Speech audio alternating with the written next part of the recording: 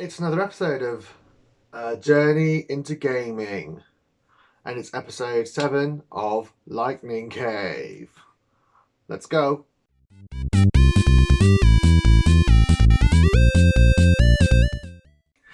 Hey guys, welcome back to another episode of The Lightning Cave. This week, again, I'm going to be carrying on with my journey into gaming.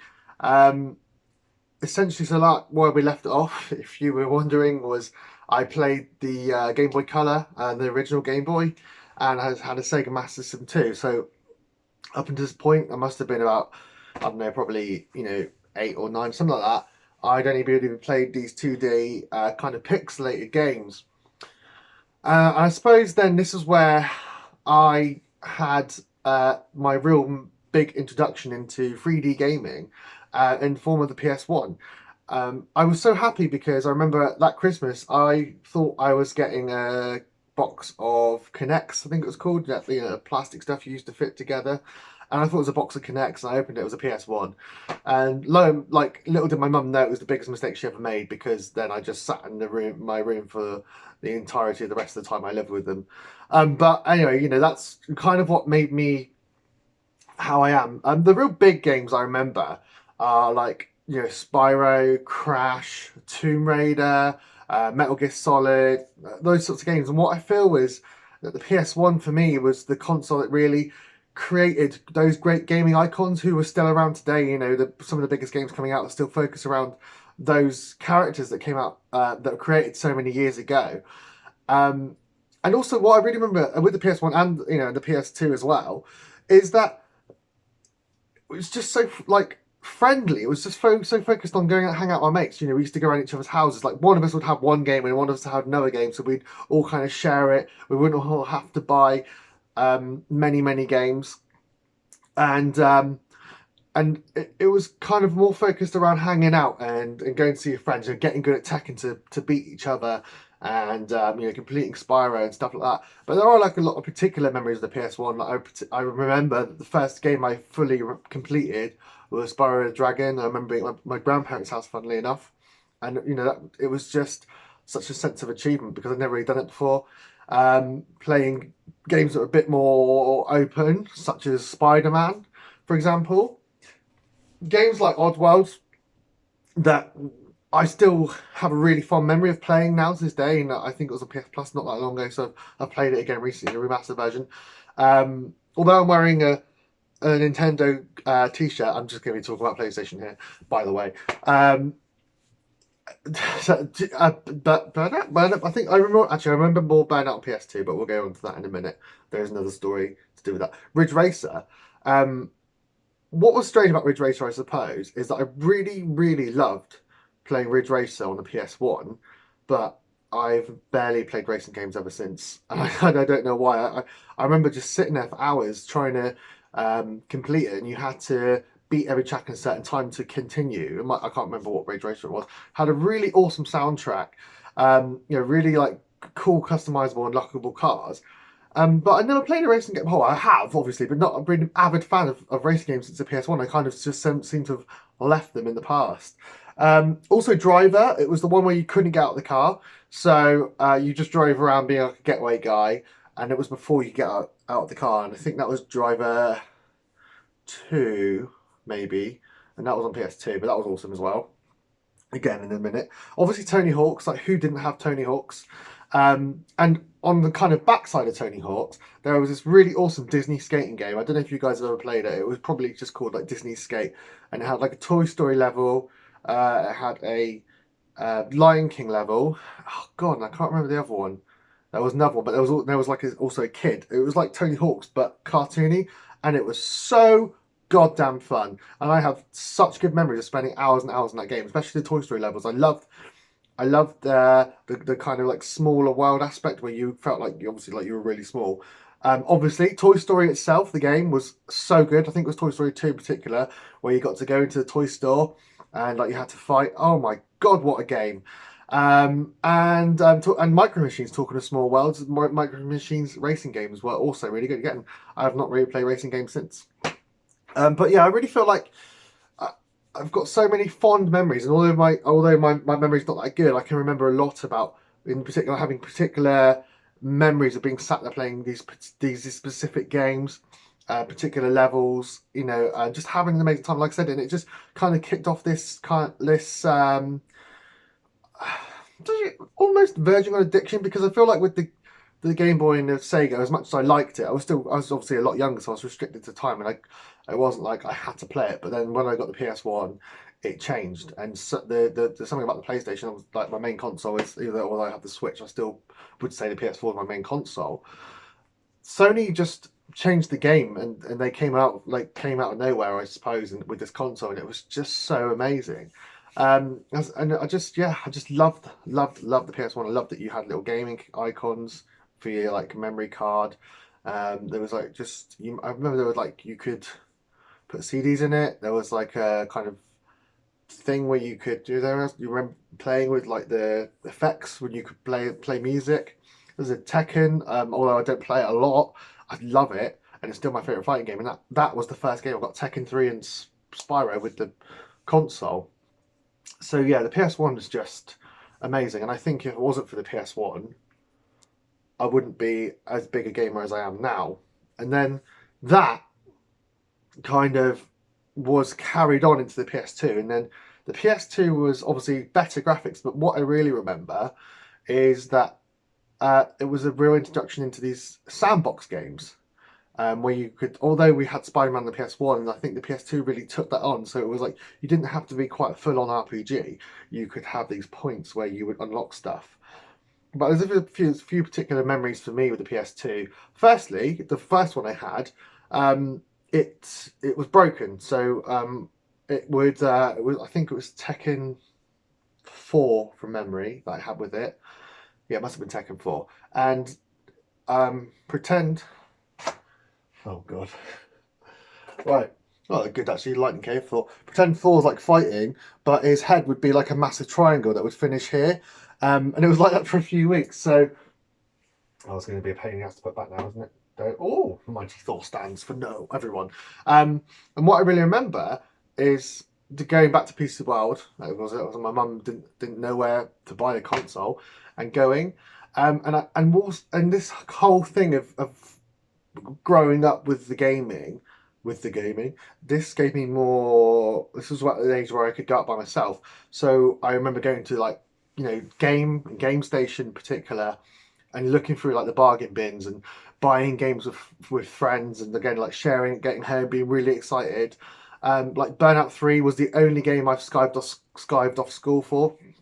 We got found out, but me and my mate literally just spent a whole day playing Burnout 3, and it was just so good. And that game had the best soundtrack, and it was just fun. I think that was the thing about these consoles; they were just fun. You was hanging out playing games, games like Onimusha, Silent Hill 2, or 3, no, 2. They got one with a guy in the apartment where he got locked in, and I had nightmares from that game, and I still wanted to play it, and I completed it. And my God, that still scares me. The subway, the thought of it. I know I've gone back and played it. It obviously doesn't look as good, but the thought of the subway to this day still terrifies the living out of me. The best game for the final was probably for the Final Fantasy. I'm giving it away. I've got my little aura in there. The best game is Final Fantasy X for me. It's the one that I would say, and I may have said this. I did say this about Pokemon, but Final Fantasy X is what's made me play RPGs ever since, I think. I mean, who doesn't like Final Fantasy X? I think you're an absolute maniac to play it.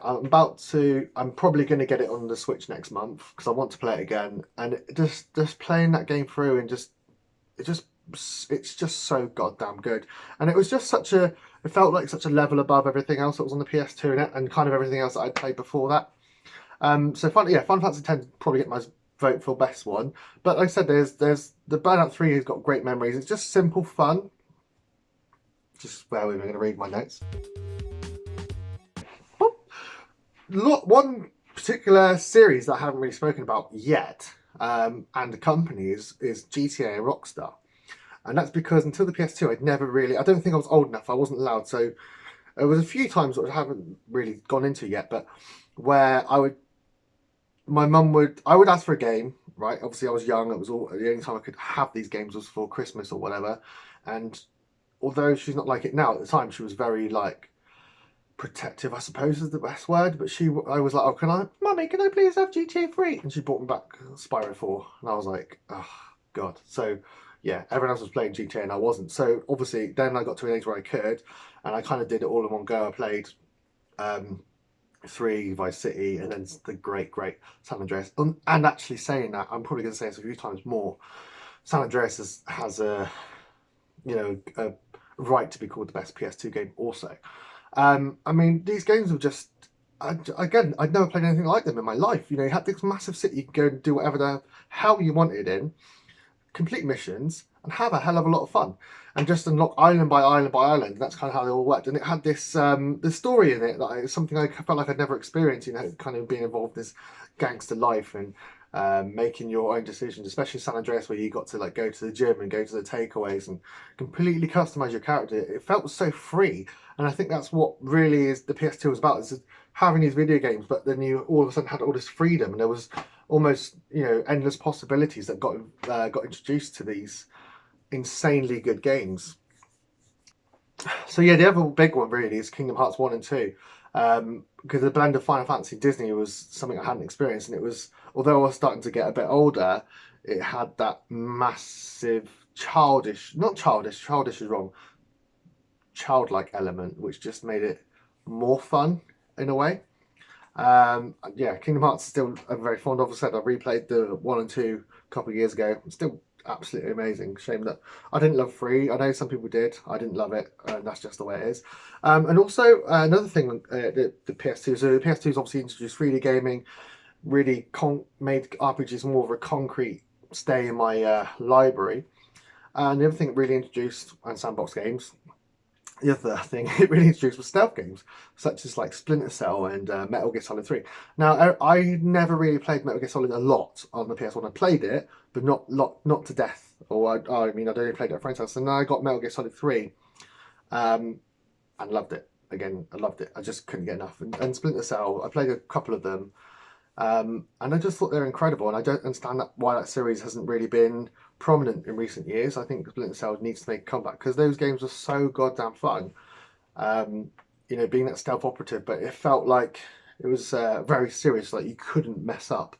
If you messed up, you got killed straight away. And also like puzzle kind of action games such as Prince of Persia, Sands of Time in particular. I just again loved. I keep saying it over and over again, but all these games are just amazing, and I was really pleasantly surprised when I was looking through the list of games best games on PS1 or PS2 or whatever. And not necessarily played them all, but the ones I had such prominent, vivid memories of, and it just made me feel happy. It made me feel joyful and nostalgic, and I think that's what's great. Like I have gone back and played some of these games on emulators on my phone when they've been for free. Remastered versions, and they're still really bloody good.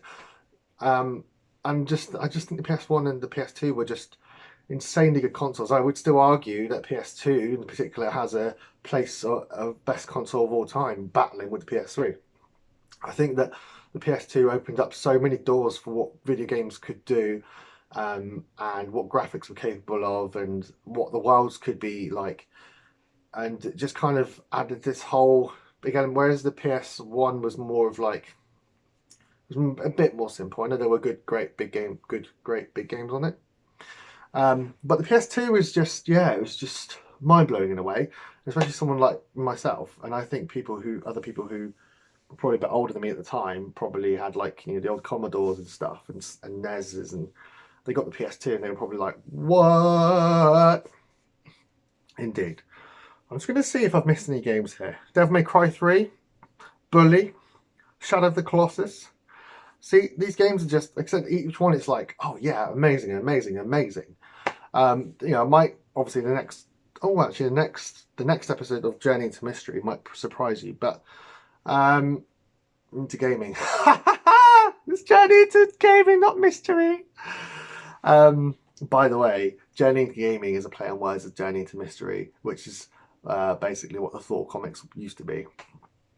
So yeah, like the games, they're insane. I'm proud to have been a Sony fanboy and a PlayStation owner forever. and I always will be. So that's kind of where I went, and I would say the PS2. That was when I really like had my own choice. One more I forgot about was Guitar Hero. Guitar Hero was so goddamn fun, and I spent hours of my life on that game. So yeah, Guitar Hero as well. But yeah, that is my Gen Team Part 2. So thank you very much for watching. As always, like and subscribe if you haven't already. Tons of other great videos, tons of other great series. You can expect me every Friday doing a journey into gaming, or a review, or talking about what games I'm playing at the moment. If you are interested in what I'm playing at the moment, I've been playing Pokemon Shield, Breath of the Wild, and Bloodborne mostly. I'm really getting back into Bloodborne, and yeah, that is a hell of a game. Go on to respawning.co.uk, check out all the other videos here on YouTube, and follow us on Twitter. Thanks very much for watching, and goodbye.